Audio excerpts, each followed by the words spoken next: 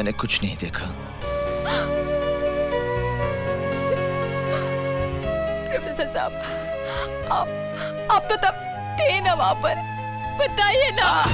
Professor साहब, बताइए ना उस दिन क्या हुआ था। 56 है, 56। पिछले 2-3 महीनों से मेरे पीछे पड़ी है कि खर्चा पानी बढ़ा दो। मैंने इसे समझाया महंगाई है, बात माहौल मचा दिया इसने। साली, चल जा, बढ़ा दूंगा तेरे पैसे।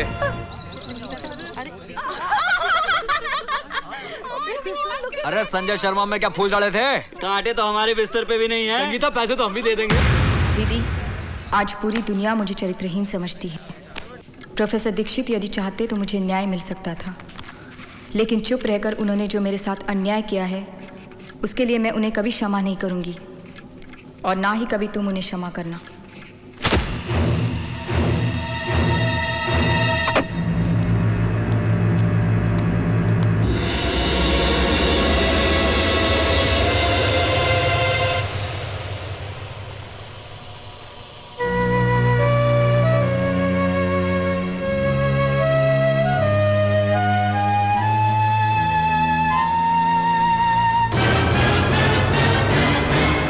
प्रोफेसर दीक्षित को मैं कभी माफ नहीं करूंगी, और ना ही तुम कभी उसे क्षमा करना, और ना ही तुम कभी उसे क्षमा करना, और ना ही तुम कभी उसे क्षमा करना, और ना ही तुम कभी उसे क्षमा करना। संजय शर्मा के मर्डर केस में निशा चोपड़ा की गवाही से साबित होता है कि खून अर्जुन दीक्षित ने किया है। इसलिए यह अदालत दफा 302 ताजीरात हिंद के तहत मुजरिम अर्जुन दीक्षित को उम्र कैद की सजा देती है। निशा जी, बहुत बहुत धन्यवाद कि आप गवाही देने के लिए यहाँ रुकी। इसमें धन्यवाद की क्या बात है, ये मेरा फर्ज था। निशा! निशा! अर्जुन! रुक जा! मेरी बात सुनो निशा, मेरी बात सुनो। मैं भी भूल स्वीकार करता हूँ निशा, तो मैं संगीता को न्याय नहीं दिला पाया, लेकिन इसके पीछे मेरी कोई योजना नहीं थी निशा। मेरे परिवार पर जंगी तलवार टांग दी थी संजय शर्मा ने। यदि मैं मुंह खोलता तो मेरी बहन की कोई अपनी गरीब पड़ती। मेरी बात सुनो निशा, मुझे विश्वास करें निशा। निशा, तुम मेरी बात सुनो निशा।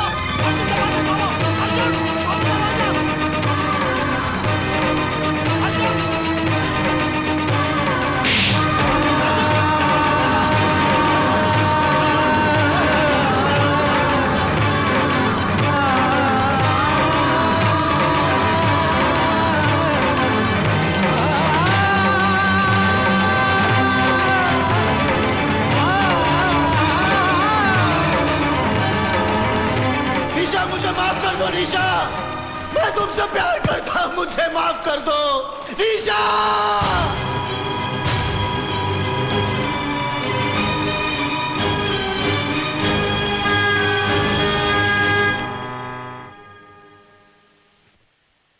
तुमसे मिलने एमएलए आई हैं। जल्दी कर। अरे कोर्ट का टाइम हो गया है, कैदियों को बिठाओ कोर्ट। लेके जा रहे हैं कोर्ट में इनको। ये पेपर प्रोसेस करवा दीजिए, मैं चाहती हूँ ये काम आज ही हो जाए। जी अच्छा। नमस्ते रोहिणी जी। अर्जुन, पिछले 1.5 साल से मैंने सुप्रीम कोर्ट में तुम्हारे पक्ष में अपील दायर की थी, उसका फैसला आ गया है, तुम जेल से रिहा हो। आपने मेरी अपील दायर की थी, जबकि आप जानती हैं कि मैंने आपके बेटे की हत्या की। मेरे बेटे ने तो आत्महत्या उसी दिन कर ली थी जिस दिन वो पाप के रास्ते पर चल पड़ा था। तुमने तो सिर्फ उसे शमशान तक पहुंचाया है। मैं तुम्हारे और संजय के बारे में सारी सच्चाई जानती हूँ, इसलिए जो मेरी आत्मा ने कहा मैंने वही किया।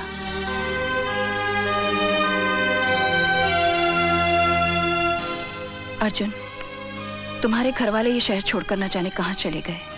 तुम चाहो तो मैं तुम्हें कोई रोजगार दिलवा सकती हूँ, नौकरी तो मैं नहीं करूंगा और ना ही इस शहर में रहूंगा। फिर कहाँ जाओगे? मुंबई। पर कमाल है यार, रोहिणी देवी ने तुम्हें जेल से छुड़वाया। वो उनका बड़प्पन है। और उस लड़की ने तेरे साथ बड़ी हरामजादगी की। शिवा, मैं निशा के विरुद्ध एक शब्द भी नहीं सुनना चाहता। चल ठीक है यार, माफ कर दे, गलती हो गई बस। शिवा। हल्दी भाई आइए। ये कौन है? ये ऋषिकेश में योगा का आचार्य है, बड़ा ज्ञानी पंडित है। अच्छा। और अर्जुन, ये हल्दी भाई है। यूँ समझो कि मुंबई में इनका कोई मंदिर नहीं है, लेकिन पूजा सभी करते हैं इनकी। नमस्ते। क्या भाई, हीरो बनने आया यहाँ पर? नहीं, मैं किसी लड़की को ढूंढने आया हूँ। अच्छा, उसका एड्रेस दे दे, कल तक लड़की तेरे कदमों में होगी। उसका अता पता नहीं मालूम मुझे। हैं? अरे बिना पते के इस शहर में सिर्फ कीड़ा मकोड़ा मिलते हैं, आदमी नहीं। 7 जन्मों में तेरे को नहीं मिलेगी वो। मैंने आपसे सहायता नहीं मांगी थी कि एकदम से आप मेरे भाग्य विधाता बन गए और भविष्यवाणी कर दी कि मुझे वो लड़की कभी नहीं मिलेगी। मैं निशा को ढूंढ निकालूंगा, समझे? इसकी बदतमीजियों को माफ कर देना हल्दी भाई। लगता है लड़की के प्यार में पागल हो चुका है। चेहरे पर भोलापन है और आंखों में पागलपन। ऐसे लोग बहुत खतरनाक होते हैं, बहुत खतरनाक। अर्जुन यार, मैं देख रहा हूँ कि जब से तू मुंबई आया है रोज शाम को यहाँ आता है। चक्कर क्या है ये? निशा ने कहा था कि वो हर रोज शाम को यहाँ जुहू बीच पे घूमने आती है। और अगर वो जिंदगी भर नहीं आई तो क्या समाधि लगा के बैठ जाएगा यहाँ? अर्जुन, क्या कर रहा है यार ये? शिवा,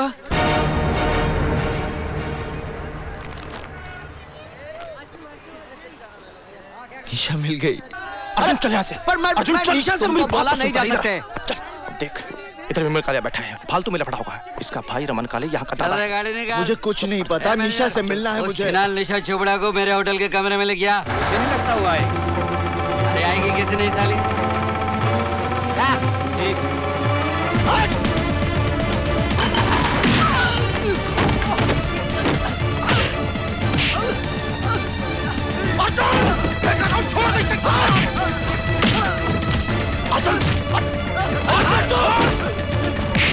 मेरी निशा को गाली देगा तू?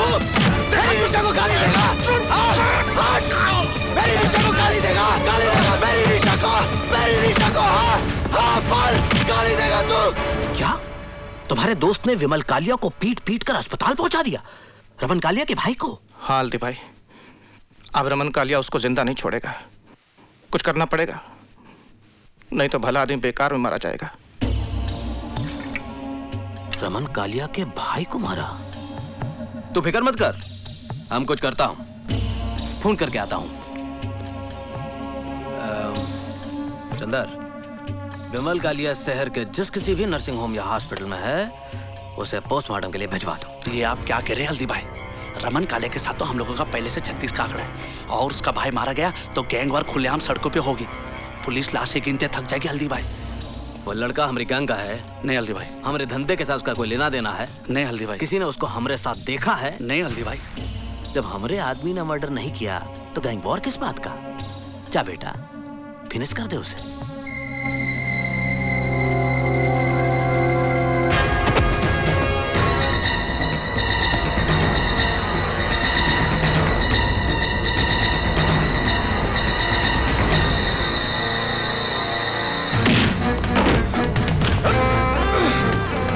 पैसा लिया ना तूने मेरा भाई को मारने के लिए? मैंने किसी की हत्या नहीं की।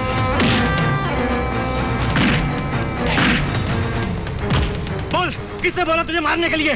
मैंने किसी की हत्या नहीं की। बोल, हल्दीराम कितना पैसा दिया मेरे भाई को मारने के लिए? मैंने हत्या नहीं की।